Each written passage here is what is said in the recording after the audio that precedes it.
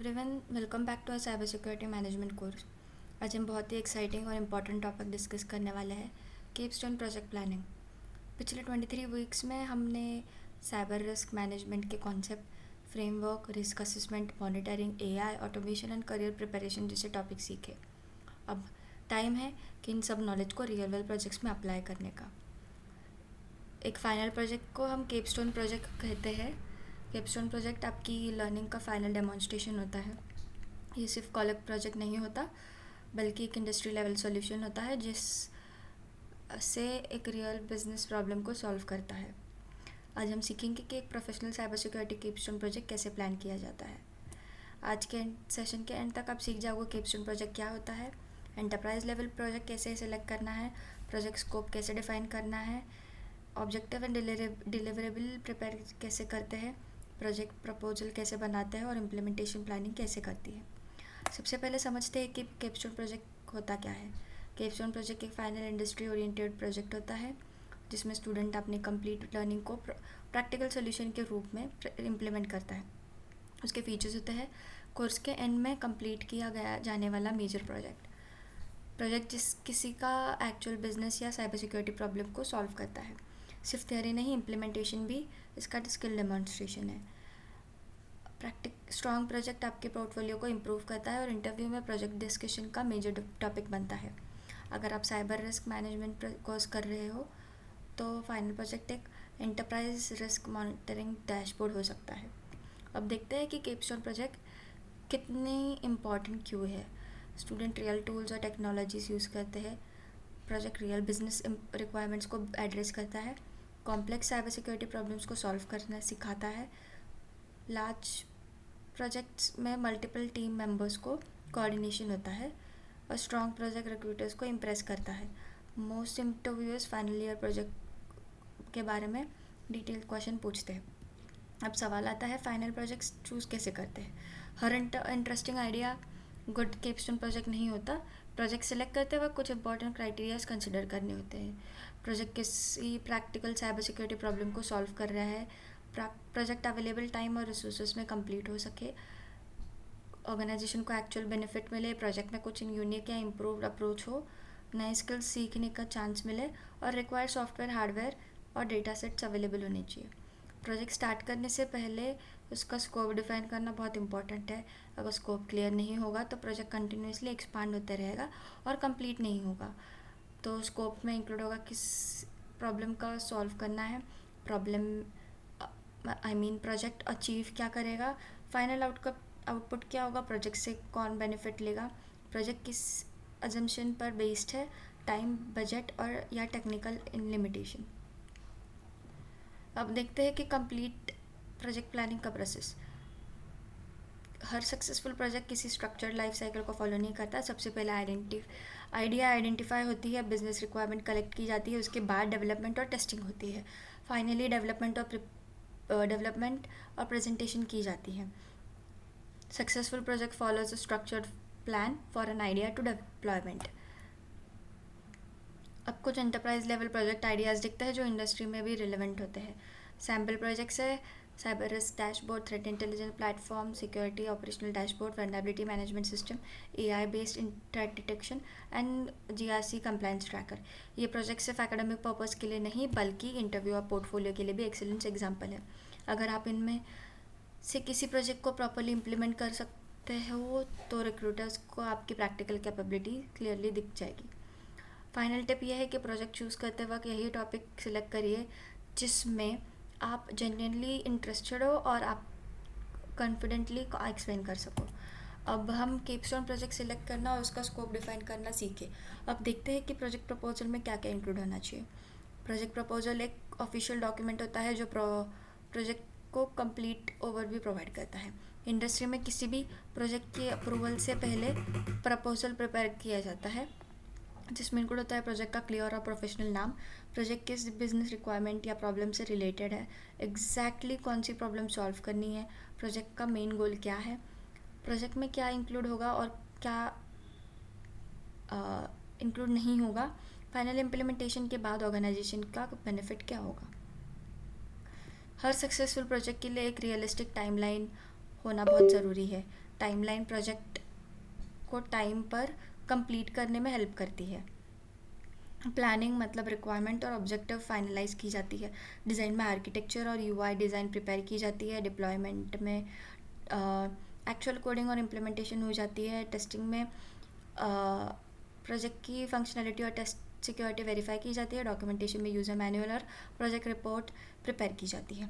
और प्रेजेंटेशन में final project stake holders या फैकल्टी के सामने डेमोन्स्ट्रेट किया जाता है। प्रोजेक्ट सक्सेसफुली तभी होता है जब रिक्वायरमेंट्स रिसोर्सेज से पहले आइडेंटिफाई किए जाए। रिसोर्सेज है टीम मेंबर, मतलब कौन कौन प्रोजेक्ट में वर्क करेगा। सॉफ्टवेयर मतलब उसके सॉफ्टवेयर जैसे Docker, Python, power BI etcetera. Hardware मतलब लैपटॉप, सर्वर या टेस्टिंग मशीन। क्लाउड सर्विसेज मतलब AWS और गूगल क्लाउड। बजट में प्रोजेक्ट इम्प्लीमेंटेशन का एस्टिमेटेड कॉस्ट। डॉक्यूमेंटेशन में रिपोर्ट, डायग्राम और यूजर मैनुअल। अगर आप थ्रेट इंटेलिजेंस डैशबोर्ड बना रहे हो तो API, डैशबोर्ड, डेटाबेस और क्लाउड होस्टिंग की रिक्वायरमेंट पहले ही आइडेंटिफाई कर लेनी चाहिए। हर प्रोजेक्ट में कुछ रिस्क होते हैं। प्रोजेक्ट प्लानिंग का इंपॉर्टेंट पार्ट है उन रिस्क को पहले आइडेंटिफाई करना। कॉमन रिस्क प्रोजेक्ट रिस्क है प्रोजेक्ट को कंटिन्यूसली एक्सपांड होते रहना, डेडलाइन मिस होना, रिक्वायर्ड सॉफ्टवेयर या टीम मेंबर्स अवेलेबल ना होना, unexpected implementation issues, expected cost से ज़्यादा एक्सपेंसेस एंड टेस्टिंग कंप्लीट ना होना। अब देखते हैं कि रियल ऑर्गेनाइजेशन में एंटरप्राइजेस प्रोजेक्ट को वर्क फ्लो कैसे करते हैं। कंपनी सबसे पहले बिजनेस रिक्वायरमेंट कलेक्ट करती है, उसके बाद प्रपोजल अप्रूव होता है, फिर डेवलपमेंट कंप्लीट होने के बाद सिक्योरिटी टेस्टिंग की जाती है। डेवलपमेंट के बाद क्लाइंट फाइनल अप्रूवल देता है। इसी प्रोसेस को फॉलो करके enterprise level cyber security project successfully complete किया जाता है। अब देखते हैं कि सक्सेसफुल केपस्टोन प्रोजेक्ट के लिए बेस्ट प्रैक्टिसेस क्या होती है। बेस्ट प्रैक्टिसेस है हर टीम मेंबर को प्रोजेक्ट गोल्स पता होने चाहिए, हर फेज प्रॉपरली डॉक्यूमेंट होना चाहिए, weekly progress review meetings, open communication और कोऑर्डिनेशन, डेवलपमेंट के साथ साथ टेस्टिंग, प्रोजेक्ट रिस्क को रेगुलरली रिव्यू करना। हम इस सेशन का मिनी प्रोजेक्ट परफॉर्म करेंगे। आज हम enterprise level cyber security project proposal prepare करेंगे। इस प्रोजेक्ट का ऑब्जेक्टिव है कि industry level cyber security solutions का प्लानिंग डॉक्यूमेंट करना, जिसमें आपने प्रपोजल में इंक्लूड करना है title, project problem statement, objective, scope, deliverable, timeline and expected outcome. इस मिनी प्रोजेक्ट के थ्रू आप प्रपोजल राइटिंग और प्लानिंग दोनों स्किल डेवलप कर पाओगे। आज हमने कैप्स्टोन प्रोजेक्ट का प्लानिंग कंप्लीट प्रोसेस समझा।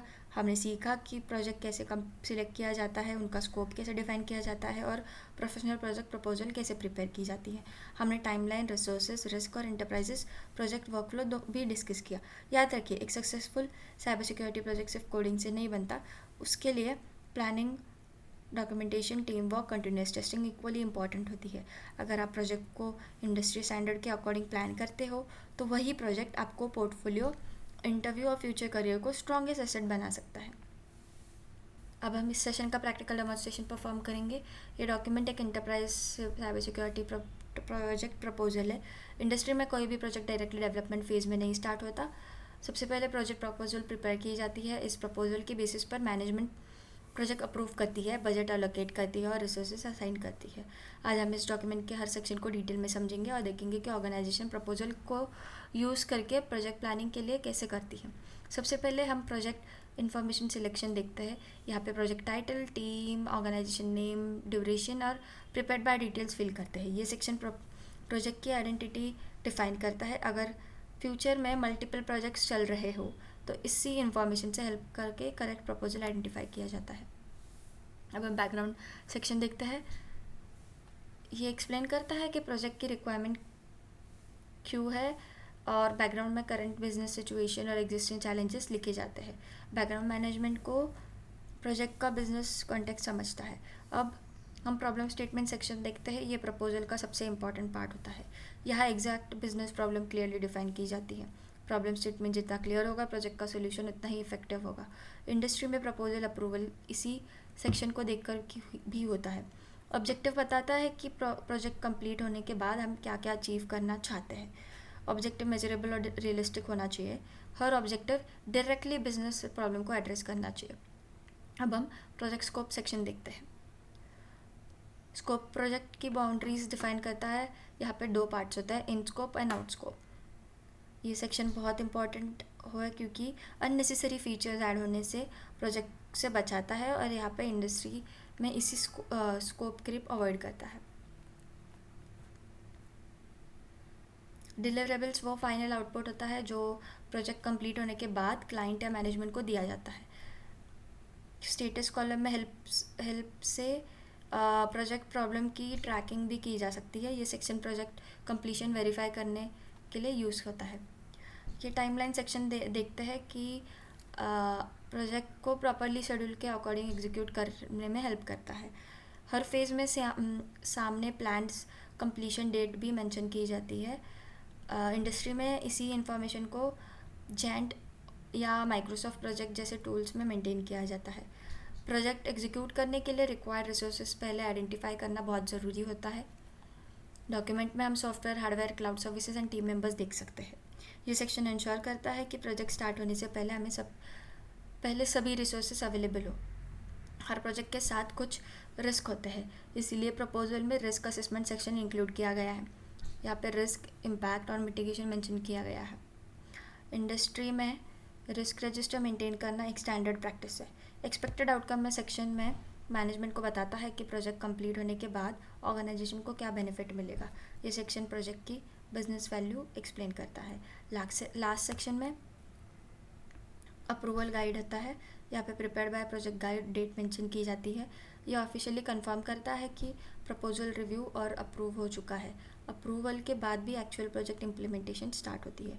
याद रखिए, इंडस्ट्री में सक्सेसफुल प्रोजेक्ट कोडिंग से पहले प्लानिंग से शुरू होती है।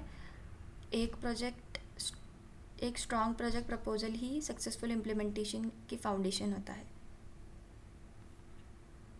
आज का टॉपिक यही खत्म होता है। नेक्स्ट टॉपिक है फाइनल केपस्टोन प्रोजेक्ट। तब तक के लिए चैनल को सब्सक्राइब, लाइक और कमेंट करिए। And till than happy learning with net guardian.